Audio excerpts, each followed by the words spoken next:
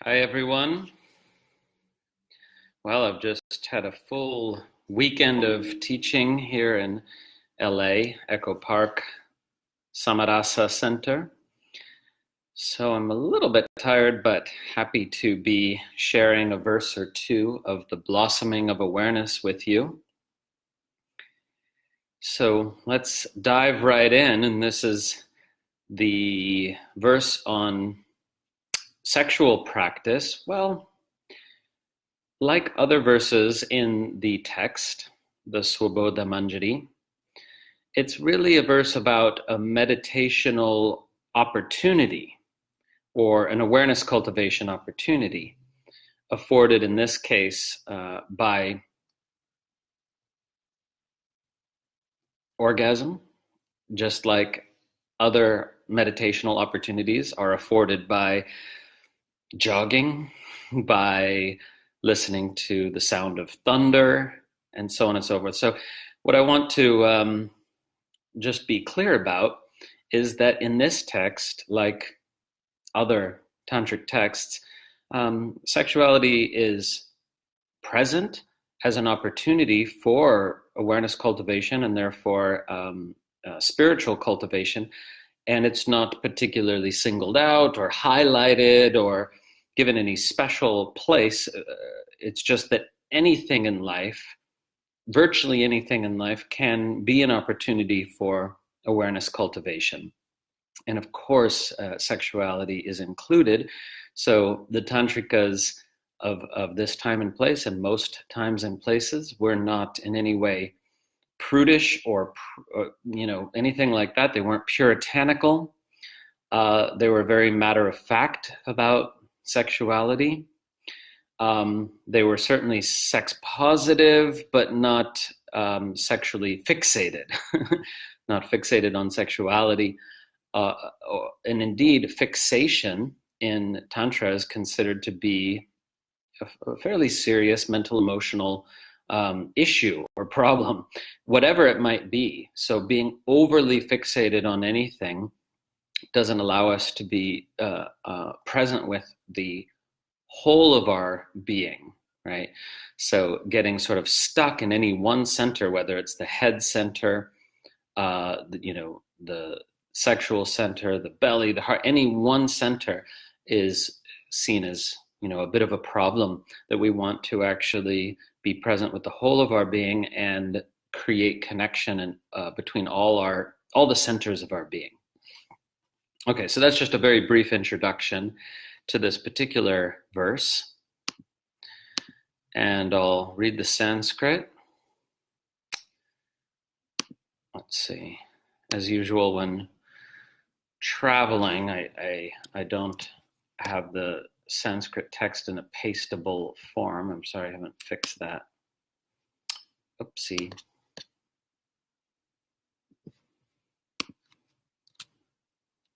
Okay, here is the translation, and let me just recite the Sanskrit for you.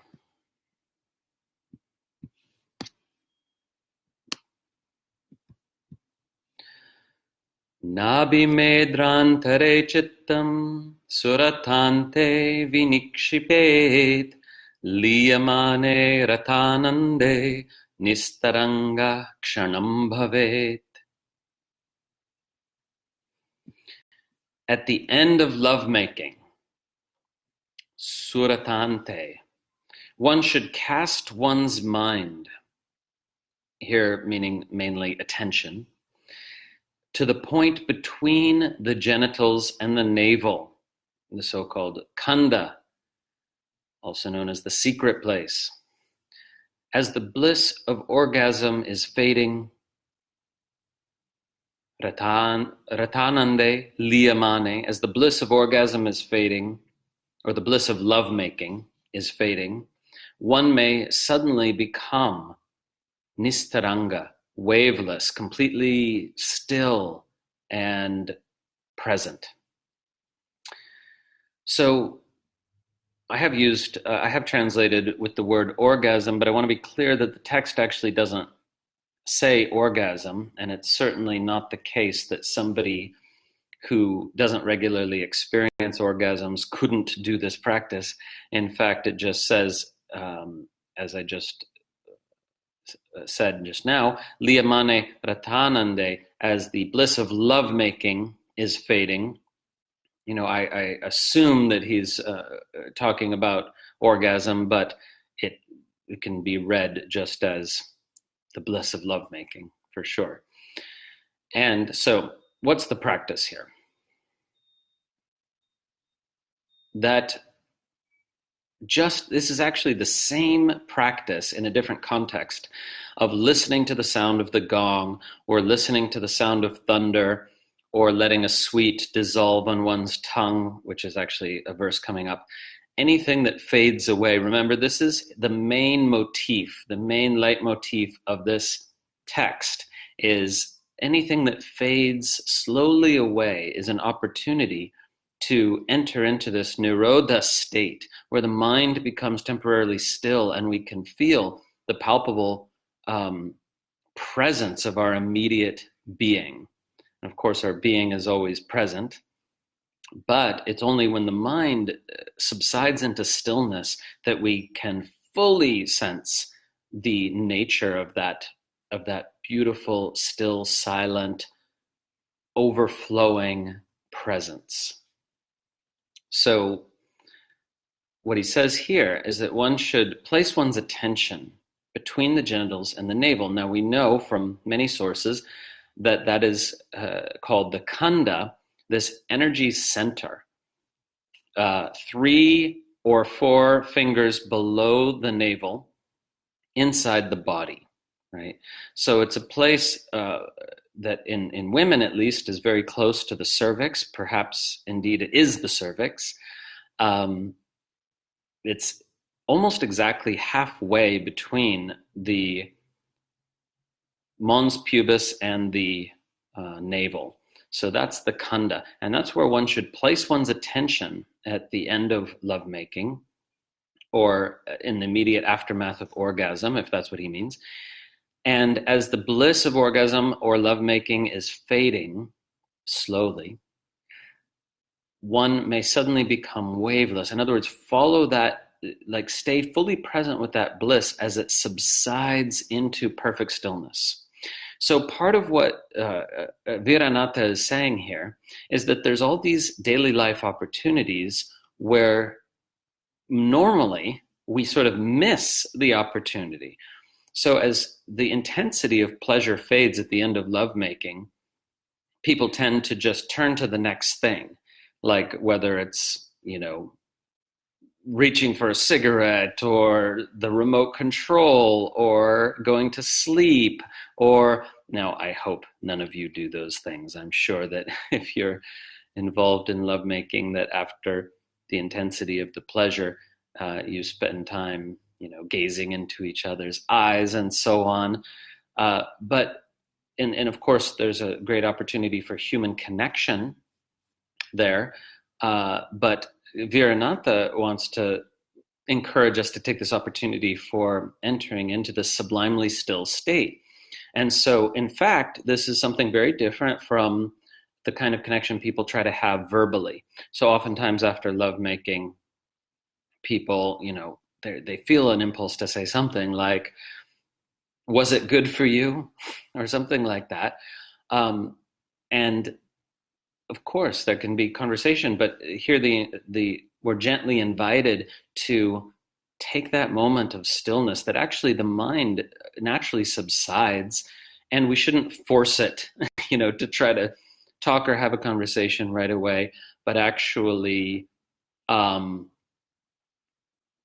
really be present with that sacred stillness. Okay, so it's pretty straightforward.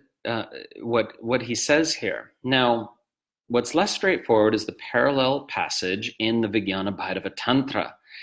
And these passages are so close that there's no doubt that Vīranātha had this passage in mind. But what's interesting is if we look at this parallel passage in the Vijnana-Bhairava, it actually is giving a little bit of a different practice.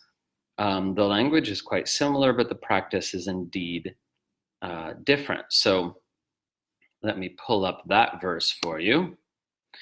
And this, of course, is verse 68. And this verse is discussed at length in my new book, The Recognition Sutras, chapter 18. So I want to refer you to that. Of course, I'm going to talk about it a little bit right now, but you can get a much more in-depth discussion in chapter 18 of the Recognition Sutras. Okay, so here we have verse 68 of the Vijnana-Vairava. Okay, I'm just giving you the English. It made an emoticon that was not supposed to be there. One may cast, or one should cast one's heart-mind, especially here meaning attention. One should cast one's attention, one should place one's attention full of pleasure, or one should place one's heart-mind full of pleasure into the center point between the fire and the poison. So we have coded language or twilight.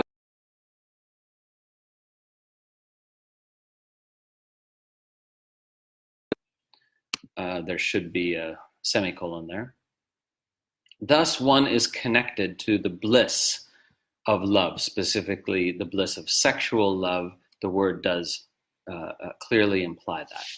So, what's the difference here? It sounds very similar. The difference is where you're placing your attention, because in the Vīranātha verse, verse 38 of our text, you're clearly placing your attention in the khanda, also known as the dantian, also known as the secret place, there between the genitals and the navel. But in the Vijnana-Vairava Tantra, it says one should place one's attention, or one should place one's heart mind full of pleasure, saturated by enjoyment, into the center between the fire and the poison. Now, these are code words where the fire refers to the khanda, refers to this center I was just alluding to, that is often visualized as being a ball of red light, both in Shaiva Tantra and in Taoism.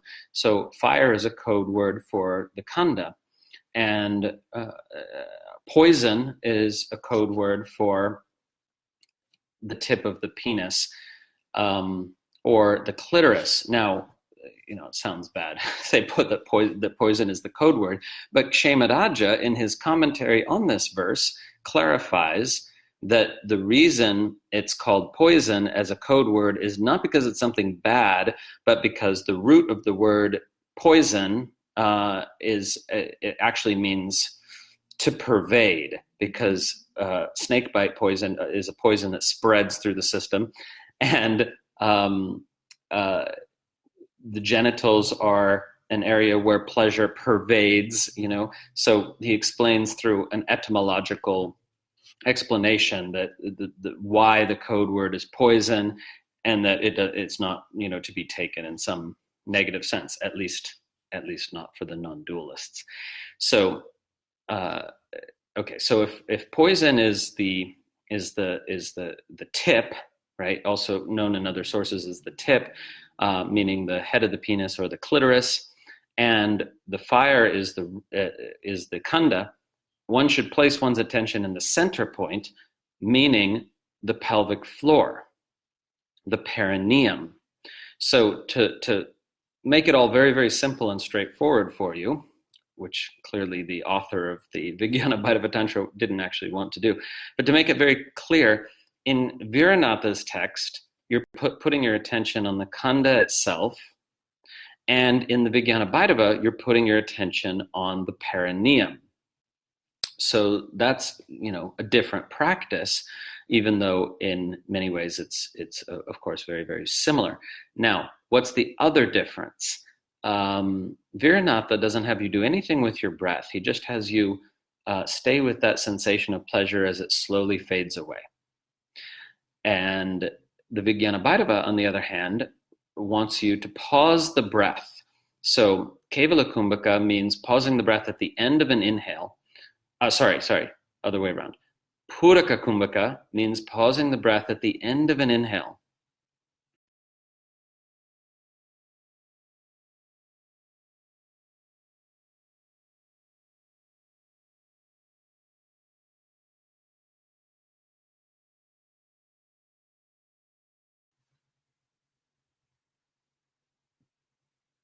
Wherever you may happen to be in the cycle of the breath, you pause it, and that's called Kevala Kumbhaka, just pausing it anywhere as opposed to at the end of an inhale. But at any rate, you are holding the breath in the Vijnanabhairava practice, which is different. So you're placing the attention in the perineum, and you're holding the breath.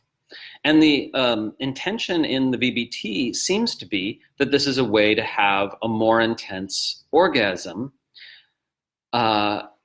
So it is a different practice in that respect, because in Vīranātha's text, one has just had the orgasm or just had a climax of pleasure, even if it's not actually an orgasm.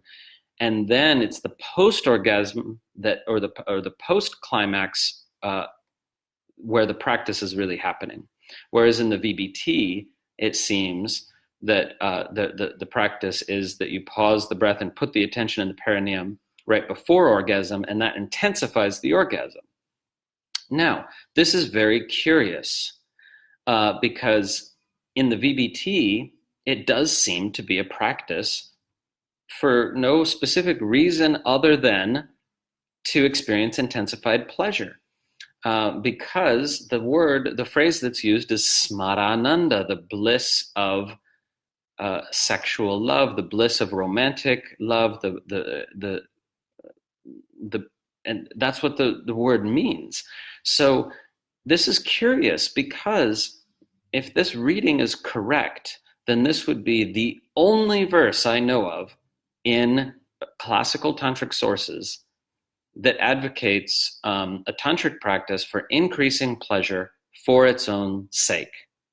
Meaning to say that, contrary to what neo-tantrikas would have us believe, in all other cases, any practice that utilizes sexual energy is explicitly for the purpose of spiritual liberation. In other words, it's part of a spiritual practice, and the energy is entrained towards the goal of spiritual liberation in all other cases. Now, it could be, of course, that this mysterious verse is being interpreted wrongly by me, but I have looked at it for a long time and thought about it a lot, and considered the Sanskrit from multiple angles. And it, as far as I can tell, it does constitute the only verse in our sources that advocates intensification of pleasure for its own sake.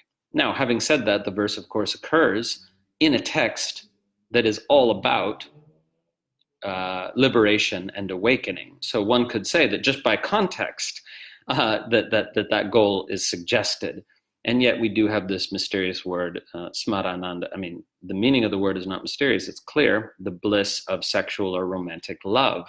But the usage is surprising, because it's not explicitly linked to liberation, as almost every other verse in the VBT is.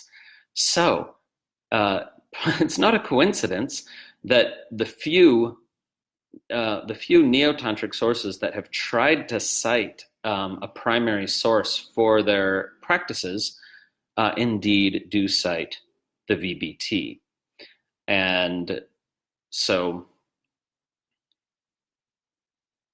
of course, they don't tell you, well, this is a isolated example with no other parallels known to us in the entire literature, this one verse.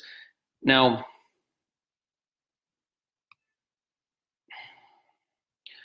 perhaps we should just look at the next verse, verse 69 of the VBT.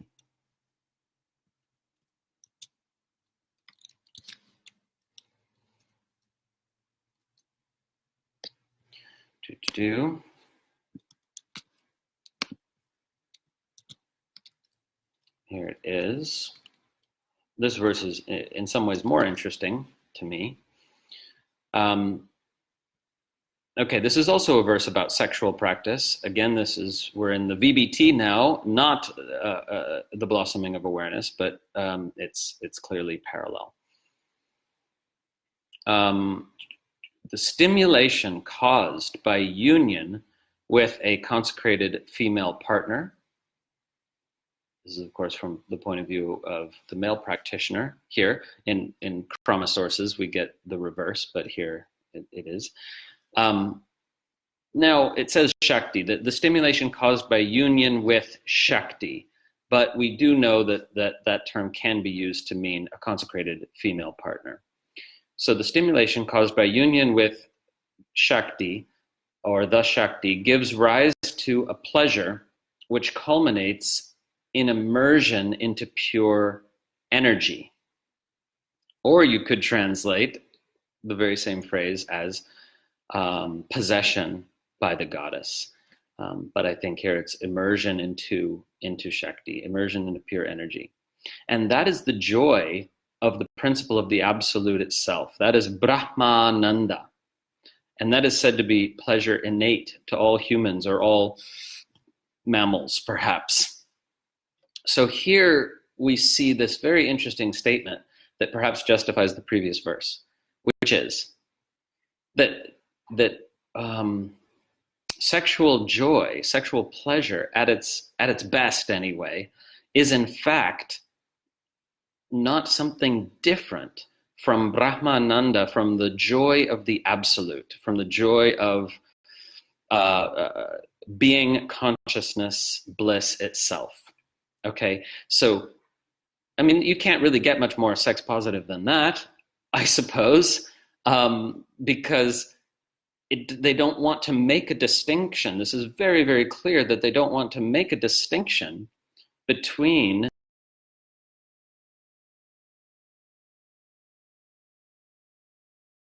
could have said this about any kind of joy, and the reason they're saying it about sexual pleasure is precisely that, just like in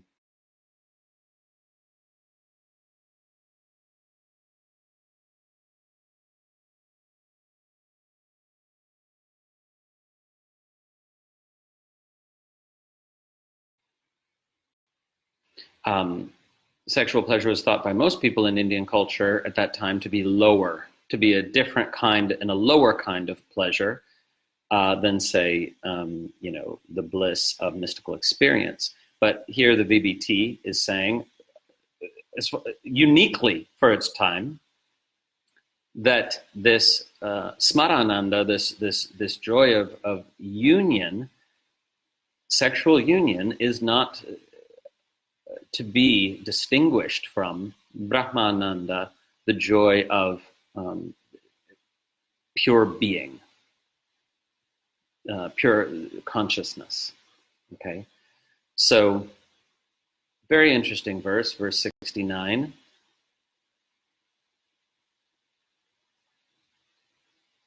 And I see there's a couple questions about this. So let's see here. Sorry, the connection is sometimes dropping, but it comes back. So Christopher in Sweden asks, in your opinion, is it right behind and next to the pubis bone, or is it halfway along the root around the point of secret chakra, aka the Kegel muscle? I guess you're talking about the khanda. The khanda is in the exact same place as the dantian in Taoism. So 3 finger widths, 3 finger widths below the navel and inside the body. And that is the root of all sexual energy according to these sources. Let's see what else we have. Peter asks, can you address how gay or lesbian partnerships can actualize those teachings which emphasize heteronormative partnership practices? I wish I could.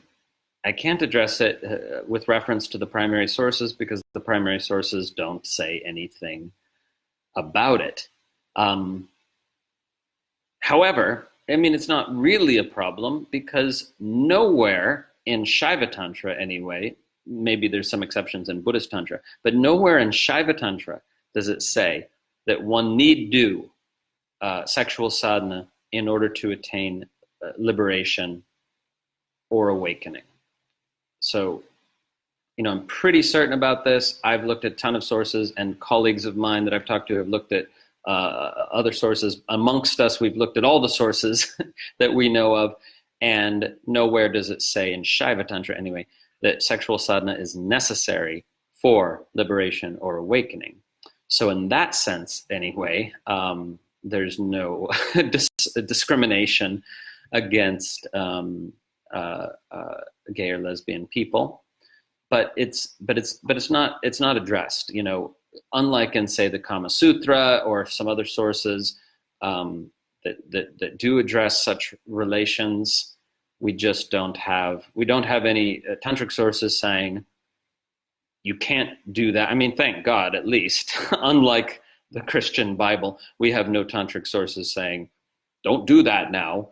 But we also don't have any tantric sources saying, well, here's how it works if you are gay. So that's all I can say about that.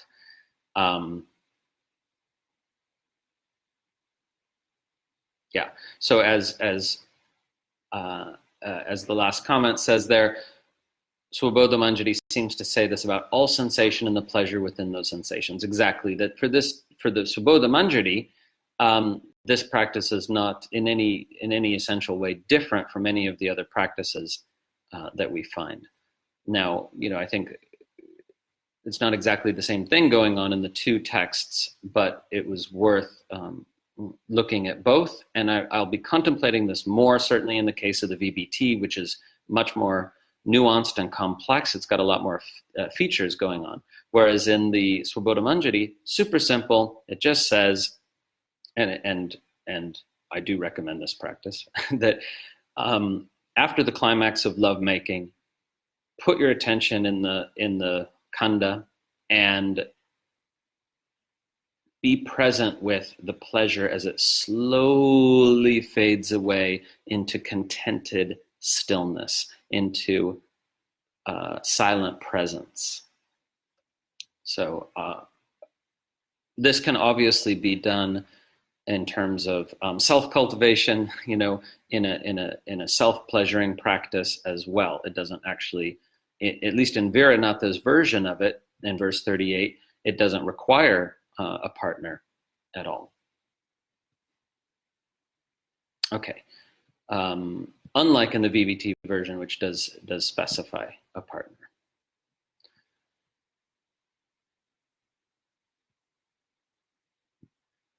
By the way, actually, if we look closely at the text of the VBT,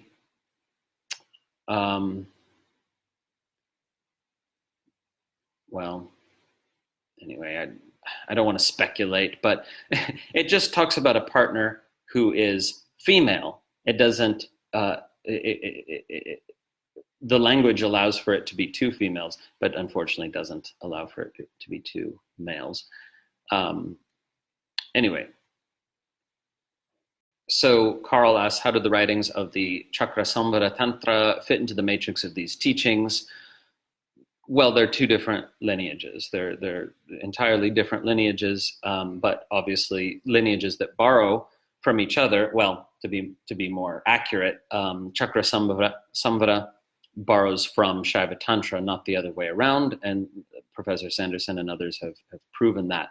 Now, what I recommend for those who are interested is that you check out David Gray's translation of the Chakrasamvara Tantra, and I haven't had a chance to read it myself, but I know he's a good Sanskritist. I recommend that translation, and perhaps one of you in the group could investigate that and see what if there's any parallel passages for sexual practice that are similar to the passages we're considering here. Okay, lastly then, let's just end with the following verse, which in the Svabodha-mañjarī is about a whole nother topic, I hope. I just say that jokingly because the next verse is about, well, you'll see.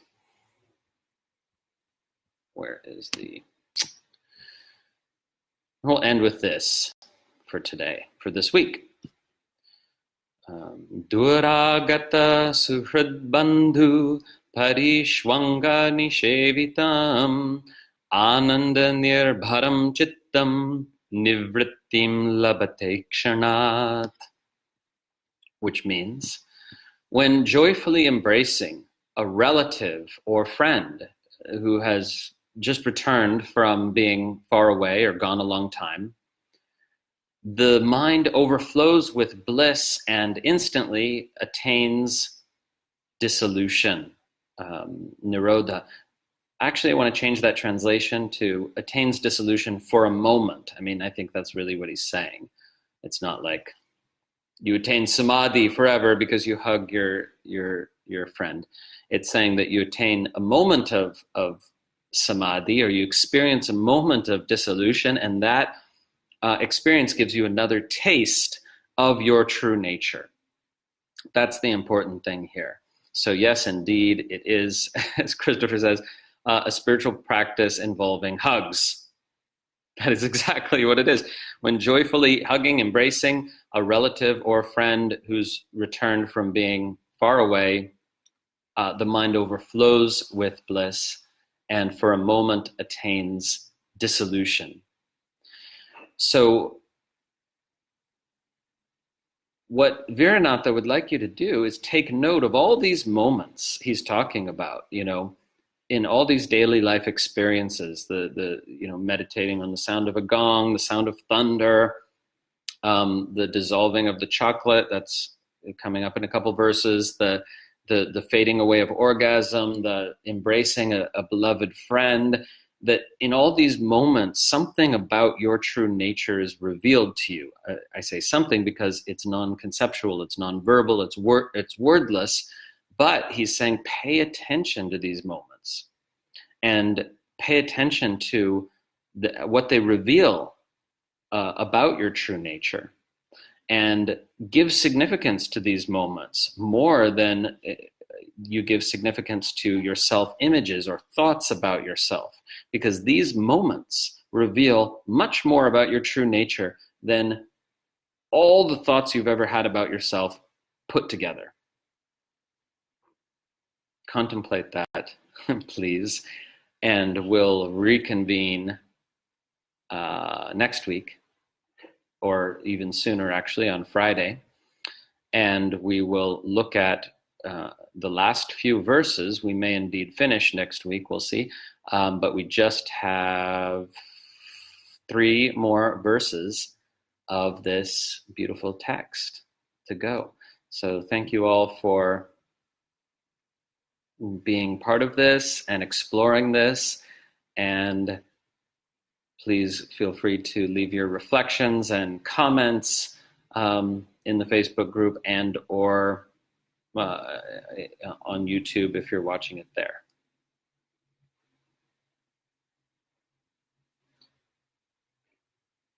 Yes, thank you for those comments. Love to all of you, and I hope to see some of you soon, somewhere in the world. Om.